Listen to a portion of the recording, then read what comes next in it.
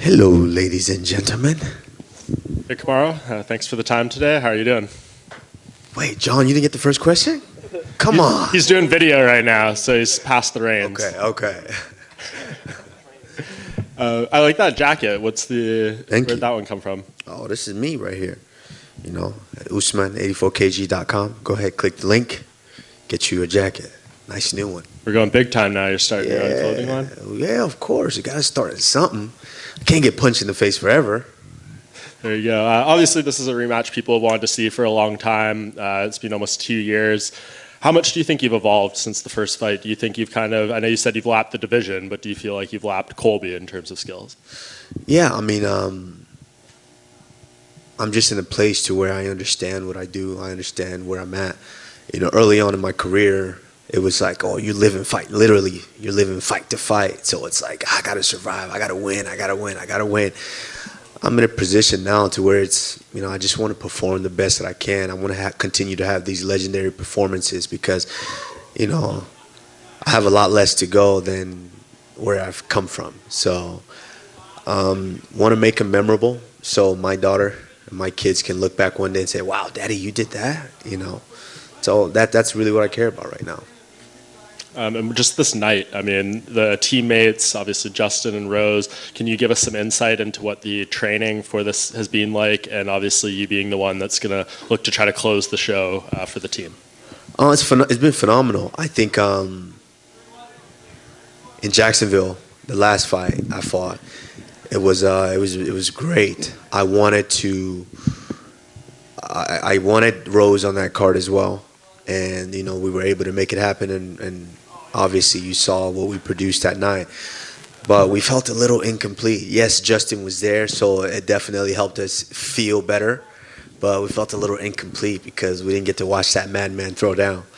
So, you know, as soon as, you know, this was a tentative date that we were looking at, I said, yo, how about we get Justin on that too?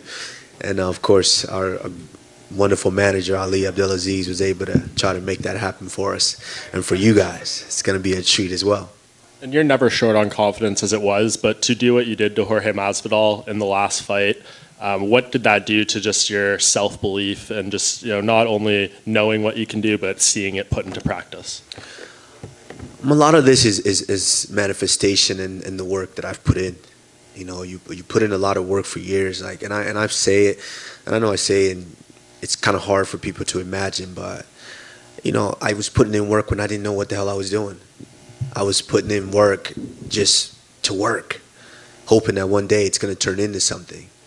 And it eventually did. And of course, you visualize and you imagine all the things that you want to do. And I knew it. Right after that fight, I don't know if you guys ever saw the video on Anatomy of a Fighter. You know, shout out to my man, Will Harris. I was backstage and I was just unhappy. I was unhappy with the performances, like I mentioned earlier. I want to go out there and leave these performances to where when I'm done, I can look back and be happy with. And I was unhappy with that. I was like, no, you know, yes, it was tough because I took the fight on 6 days' notice. And as hard as it is to believe, I went through more adversity than he did. But of course, mine wasn't published because I don't need to do all of that, you know. And going out there and still been performing like that, I just didn't feel like that was my best. So I wanted to right that wrong. So of course I was confident. I knew what I was able to do. I knew what I wanted to do, and I knew what I was going to do. I manifested it. I saw it over and over, and trained it, practiced it. Went out there and to put an emphatic finish like that on for the people. It really lets you guys know what I've been saying for years. You know, I'm the most vicious and most well-rounded welterweight there's ever been, and I think that proved it. You mentioned righting a wrong with Masvidal. What about Colby? Is there anything from that first fight that lingers with you that you want to correct in this one? He's obviously said a ton about the refereeing and claiming you fouled him and this and that and the other thing. Is there any of that with you that you are hoping to correct with this win? No, nothing lingered at all. I mean, you know, like you guys saw the viral video of me and him talking when he turned red. it's simple. It wasn't a decision. I finished you. And of course, he did the best he could. I actually like the fact that, he stuck with the excuses and he kept making the excuses because, again, it made you guys all want to see that again, right? And so, yeah, he did a wonderful job there. But he said, he's saying, oh, it's a fake eye poke when the masses watch you finger my eye. He said it wasn't a nut shot, and I got 5 minutes. He grazed my cup. That's true. And of course, as a man, when your cup gets grazed, you anticipate what's coming after that pain. And I was anticipating the pain, and then after about 30 seconds, you guys can go back and watch the video. Literally about 30 seconds, I'm like, yeah, that pain's not coming. Let's scrap. Let's go. And we continued on. And you saw the shot where I broke his jaw. Clean shot. He was holding his eye. Did you guys see that? He was holding his eye. He was complaining to the ref that it was an eye poke. And even the commentator, DC, was like, and that was a straight right hand right on the button. And he said it was his eye. So who was actually claiming fouls here? But at the end of the day, he's done a great job of getting the public to believe that. And, I commend him for that. But for me, the wrong that I want to right is just kind of, in that fight, I fought with emotion. As much emotion as I was willing to display is what I fought with. And which is why I think I got hit quite a bit. But it was fun. I had fun. That lets you know that I got a little madman in me too. I don't mind getting hit. But I would say I want to make it a little bit more flawless this time around. And two more quick ones. How much do you just look forward to putting this man behind you? I assume if you beat him again, there won't be much talk about a third fight, at least for quite a while. So is that something that you are keen to have happen, just no more Colby Covington being brought up to you? I don't know. I don't know, because now I'm in the business of pay-per-view. So I don't know if I want him that far back, Of course, I want to go out there and stop him. But, I want him to quickly make his way back so I can stop him again for a little bit more money. And last thing, I'm sure you're going to be asked about Khamzat Chimaev plenty this week. I remember I interviewed you earlier this year, and I asked you about him before he had, to take all this time off, and you said, all respect to the guy, you showed no ill will. The fact that he seems to be getting a very quick push where you had to do 9 fights before you got a title opportunity. What are your thoughts on him now? Is he someone that you see quickly coming on your radar? First and foremost, he's done a tremendous job with the opposition that he's been presented with. No shame in that. He's doing great. I like it. I love all the hype that's being there. Like, let's all be honest. Life is not fair. We learn that as kids. Life isn't fair. So I know, some guys get a faster push, some guys don't. But it is what it is. More power to him. He's doing a phenomenal job with the position that he's being put in. So, hats off to him. As far as me, I'm at a point in life to where I'm starting to understand, how much this takes from me. And, I've been 9 weeks now away from my daughter, and, FaceTime does help, but it doesn't do it justice, as far as being there each and every day. So, obviously I don't know how much longer I'm willing to do this, They have to make sense for me now. So if he's able to get there, then, we'll talk about it at that point. Come on, right here. First of all, is your knuckle okay? Yeah. No, it's okay. When you wrestle and you scrap a lot, you might get a scratch here and there. And, of course, you got to pull a little Band-Aid so you don't bleed all over everything. And before Israel rematched Marvin Vettori, he kind of pointed to your fight against Jorge where you didn't have to take that fight. You still took it to answer the questions, and he viewed that as starting the second lap, which he's now doing. So is this the start of the second lap for you around this division against Colby? The start? Oof. I'm running. I'm sprinting past these dudes. I'm looking back and smiling at them now. This is a fun one. I'm having fun with this now. That's the thing. I'm having fun with it now. Like I've said before, I've been classically trained in all of this, in this sport. Coming up and watching guys like Sugar Rashad Evans and going with him to these media tours and these big fights. I was able to get an inside look at what this could be to where I was able to dream and manifest what I wanted to be. So being up here and having these opportunities now, I'm just, I'm blessed, and, it feels great. I'm having fun. And obviously, since your first fight with him, you've since joined Trevor Whitman. He's also changed camps, and he said he's added a whole lot of new wrinkles to his game. So are you expecting a completely new Colby Covington, or is it like what Tyson Fury's corner said when they fought Deontay Wilder? Like, a fighter's always just going to go back to what got them to the dance, no matter how much they try to add this deep into their career. Yeah, I mean, obviously, you guys have saw what I've done because, I've been fighting, so you guys have seen that. For him, I can't necessarily say the same because knowing the kind of guy that he is, and like I said, we have mutual friends, so I get a good glimpse. I've gotten a good glimpse of who this guy is outside of the cage, and judging by that, I think he's the same asshole, and yeah, just at a new team. So at the end of the day, when you get in there with a lion like me and I hit you in the mouth, you're going to resort to what you know best, and you're going to throw whatever those coaches are saying out the window because you don't really give a shit because you're really an asshole. So.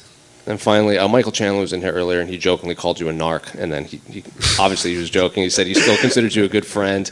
Justin Gaethje said that even if he asked you for advice, it wouldn't even matter because they're still getting into a fist fight. So as someone who knows both men very well, what can fans expect in that fight? I'm not asking you for a prediction, but just the fight in general. I'm playing.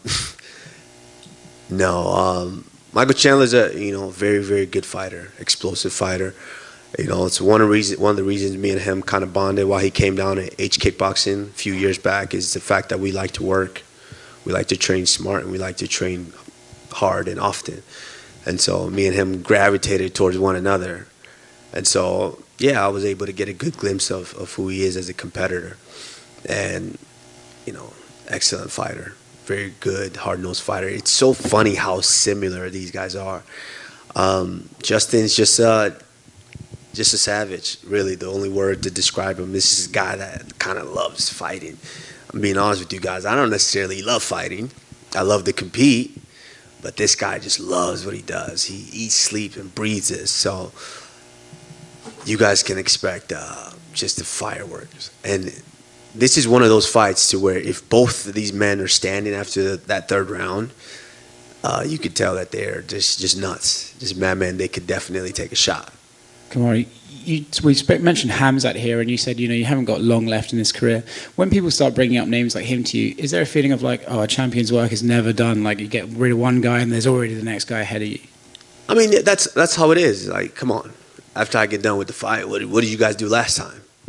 I just sent Masvidal to the shadow realm, and you guys are, so who's next? Is Kobe next? Like that's what it is. It's always going to be that way. And if all champions, especially some of the best champions in the world, continue to listen to that, then basically all you guys want to see is me continue to be successful until I'm not successful. Then you guys can then put that stamp on it and say, he's washed up, he needs to leave. I want to be that champion who does it. I want to do it on my own time. I like Khabib, and I know a lot of people have been throwing a lot of shades, saying a lot of things about Khabib leaving when he wanted to leave. That's how you do it. Even George St. Pierre, that's how you do it. You leave when you want to leave. You don't let the sport retire you. So, yeah, whenever I feel like, that time's there, it's time for me to go. We speak about you lapping the division now, and I think you're in this legacy building phase of your career where people are just kind of throwing any situation at you to see, what can he rise to? I saw you do an interview yesterday, like, can you win another belt? For you personally, what builds more for your legacy? Lapping a division over and over again, or winning a second title in a one-off? To me, I don't really. Let's be honest. I've kind of done what there is to do in MMA, in UFC. This Saturday, live on ESPN, pay-per-view at Madison Square Garden. What's bigger than that? I've headlined pay-per-views before. The first event back with fans. And look how that looked, how that pay-per-view went. Fought Kobe the first time, T-Mobile Arena, headlined that. Went all the way to Abu Dhabi, headlined that, in Fight Island 1. I mean, what is there to do in the sport? I've done it all, You talk about legacy. Like, look what I've done to this point. When I'm done and I walk away, guys are going to look back and say, wow, he was special, just like we've done with some of the greats. And so if I'm looking at legacy, I want to do something that's not been done before. You know, these guys don't really scare me anymore.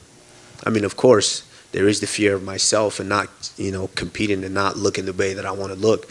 But what scares me is since when in history have we ever seen pound for pound in both combat sports at their prime go at it? We've never seen that. You know, wouldn't the world love to see that? I know I would. Kamaru, to your left over here. Not to give anything away, but for the last fight with Colby, you kind of said, I'm going to keep it on the feet for the fans, throw down with them a bit. This time around, I'm getting the sense from you that maybe not having the same feeling. So, like I said, not to give anything away, but can we expect some wrestling in this one? What are we thinking? Listen, I'm better than this guy in every way possible. I'm just better than him. And that's just one thing that I do well that I didn't realize until, you know, these wins started racking up. I'm like, I kind of control these fights and where they take place and how they go. You know, let's work on that. And so, yeah, the fight's going to play out wherever I want him to play out. Like, obviously, if he wants to not take as much punishment, he's going to try to wrestle. Then he's going to realize very quickly, I'm a much better wrestler than him. Then he's going to have no choice but to stand. Well, if I want to take him down, I could have taken him down. And I can take him down if I want. So we'll have to see. The only thing is, like I said, that first one I wanted to – the world wouldn't have been satisfied if I hadn't done that to him. And so that's one of the main reasons why I wanted to do that. This one, I'm going to be strategic, but you can rest assured that I still want to do some harmful things to him. And I wanted to ask about your brother Mohammed, who, he's coming off a loss in the PFL. But, that's always a big kind of thing for fighters, to turn around and come back from that. So I'm just curious how you've kind of been helping him and, giving, sharing advice and all that kind of thing going forward and what potential he has still in the sport. Yeah, I mean, that wasn't his first loss. That was his second loss. He lost before, and he bounced back, and he got some wins and then got that opportunity. So he's going to do the same. He right away, you start to realize, maybe I'm not where I want to be yet. So let me get back to the drawing board. So since then, he's really made the move out to Colorado, and he's putting a lot of emphasis on his training. So, we want to make him the savage that he wants to be. So eventually he'll get there, and you guys will be talking to him, not me. All right, best of luck tomorrow. Tomorrow, over here on your right, you mentioned pound for pound versus pound for pound. I assume you're talking about Canelo Alvarez, the pound for pound top boxer. Yes, absolutely. Since when have we ever seen the pound for pound mixed martial artists go up against the pound for pound boxer, both in their prime? Not when they're old or retired and you're trying to pull them back, both in their prime.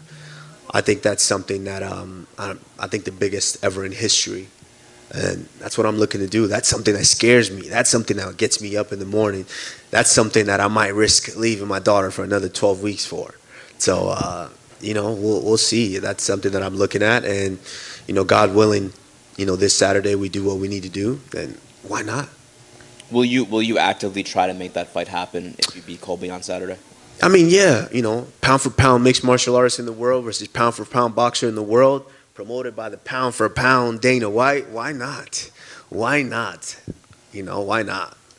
And you're, coincidentally enough, you're actually going head to head with him this week. I know. Saturday. We'll see who does better. I mean, we're both in the business of entertainment nowadays.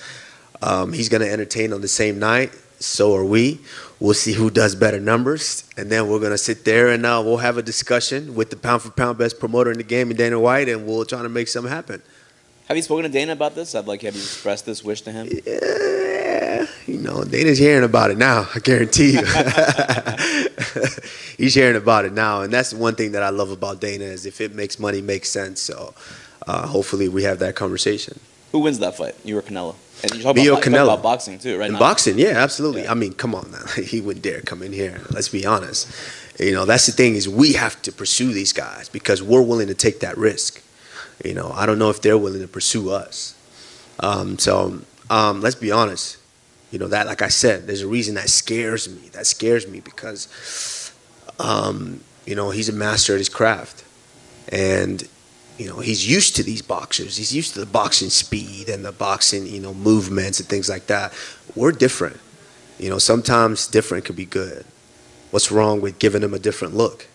So of course it's a tall tree to climb, but we saw what happened the last time I was an underdog.